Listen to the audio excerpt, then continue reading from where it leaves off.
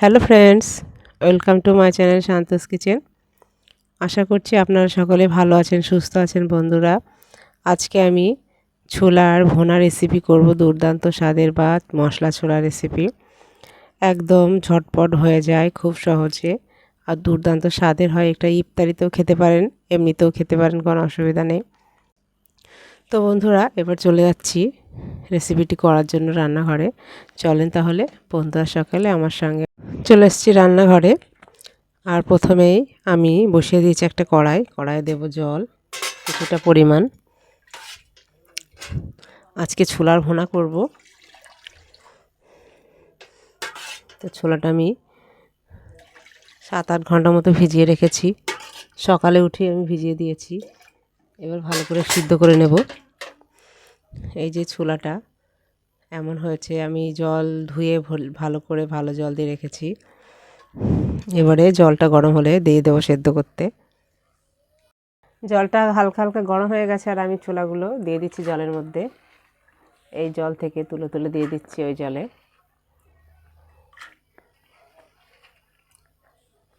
এবার ভালো করে সিদ্ধ করে নেব।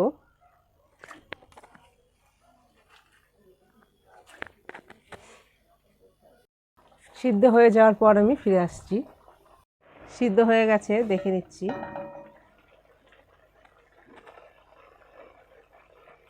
এই যে দেখে বুঝতে পারছেন যে সিদ্ধ হয়ে গেছে। তো এবার আমি এটা নামিয়ে নিচ্ছি। কড়াইটা ধুয়ে পরিষ্কার করে আবার উনানে দিয়ে দিয়েছি। গরম হওয়ার অপেক্ষায় রয়েছি। গরম হয়ে গেলে রান্নার তেল দিয়ে দেব।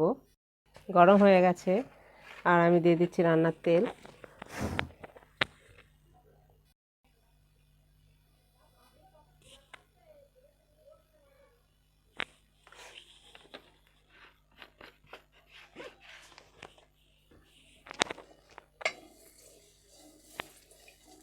ছড়িয়ে দেব এভাবে।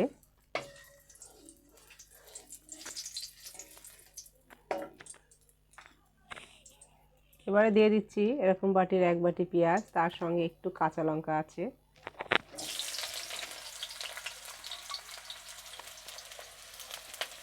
পেঁয়াজটা ভালো করে এভাবে তেলের সঙ্গে নেড়ে চেড়ে ভেজে নেব। একটু হলুদ হলুদ করে বা ব্রাউন কালার করে ভাজবো।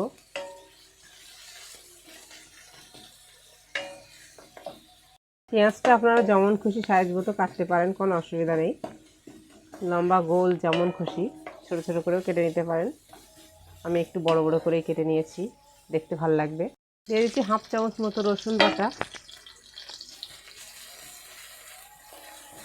এটা দিলে একটা ফ্লেভার, একটা দারুণ সুন্দর আসবে। সবগুলো মশলা একটা একটা করে দেবো, আর এভাবে সুন্দরভাবে কষিয়ে নেব। গোল্ডেন ব্রাউন হওয়া হওয়া ভাব হয়েছে, আর ঠিক এই পজিশনে দিতে হবে আদা বাটা 1 চামচ। আদাটা আগে দিলে এটা ছিটকানোর ভয় আছে গায়ে, ওই জন্য একটু ভাজা ভাজার পরেই দেব। দিয়ে নেড়ে ছেড়ে পরপর পরপর সব দিয়ে দেব। 2টো টমেটো কেটে রেখেছি, এভাবে এরকম হয়েছে, সেটা দিয়ে দিচ্ছি। এটাও এর সঙ্গে কষিয়ে নেব।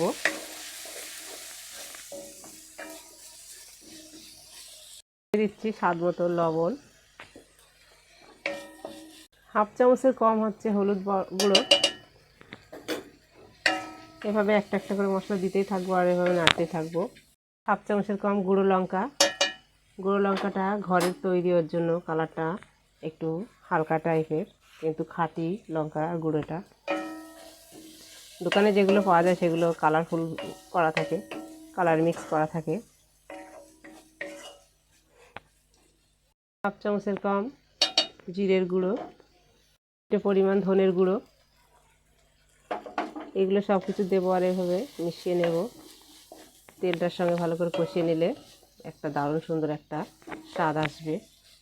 এবার দিয়ে দিচ্ছি 1/2 চামচ মিট মশলা। এটা পুরোপুরি অপশনাল, না চাইলে না দিতে পারেন, অন্যও দিতে পারেন। তো আমি যেটা দিয়েছি সেটা দিতেই হবে এমন না, পছন্দ মতো অন্য মশলাও অ্যাড করতে পারেন, যেটা আপনার ভালো লাগে। এবার একটু হালকা করে জল দিয়ে দিচ্ছি।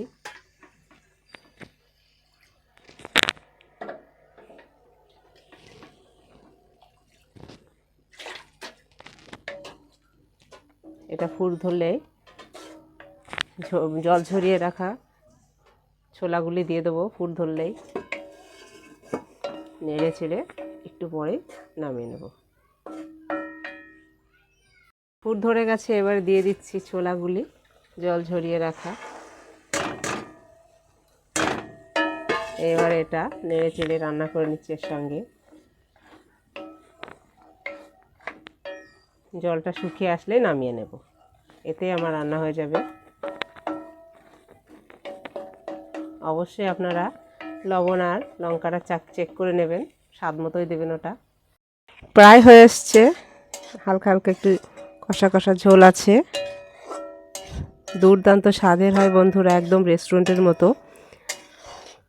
ছোলার ডালের ভুনা রেসিপি দুর্দান্ত স্বাদের। এটা ইফতারিতেও খেতে পারেন, যখন মন তখনই করে এটা খাওয়া যায়, কোনো ব্যাপারই না। হয়ে গেছে, একটু রস নেই, একটু মাখা মাখা রস থাকলে ভালো লাগে খেতে। হয়ে গেছে, এবার পরিবেশনের জন্য একটা পাত্র নিয়ে নিচ্ছি। পরিবেশনের জন্য একটা পাত্র নিয়েছি, এতে নিয়ে নিচ্ছি। দেখেই লোভ লেগে যাচ্ছে, দুর্দান্ত দেখতেও, দুর্দান্ত স্বাদের, খেতেও অসম্ভব মজার এই রেসিপিটি। অবশ্যই সকলে ট্রাই করবেন বন্ধুরা, আর কেমন হয়েছে কমেন্টের মাধ্যমে আমাকে জানাবেন। তো বন্ধুরা, আজ এই পর্যন্ত, আবার দেখা হবে নতুন কোনো রেসিপি নিয়ে। টাটা। পরিবেশনের জন্য কাঁচা পেঁয়াজ একটু ছেটিয়ে দিচ্ছি।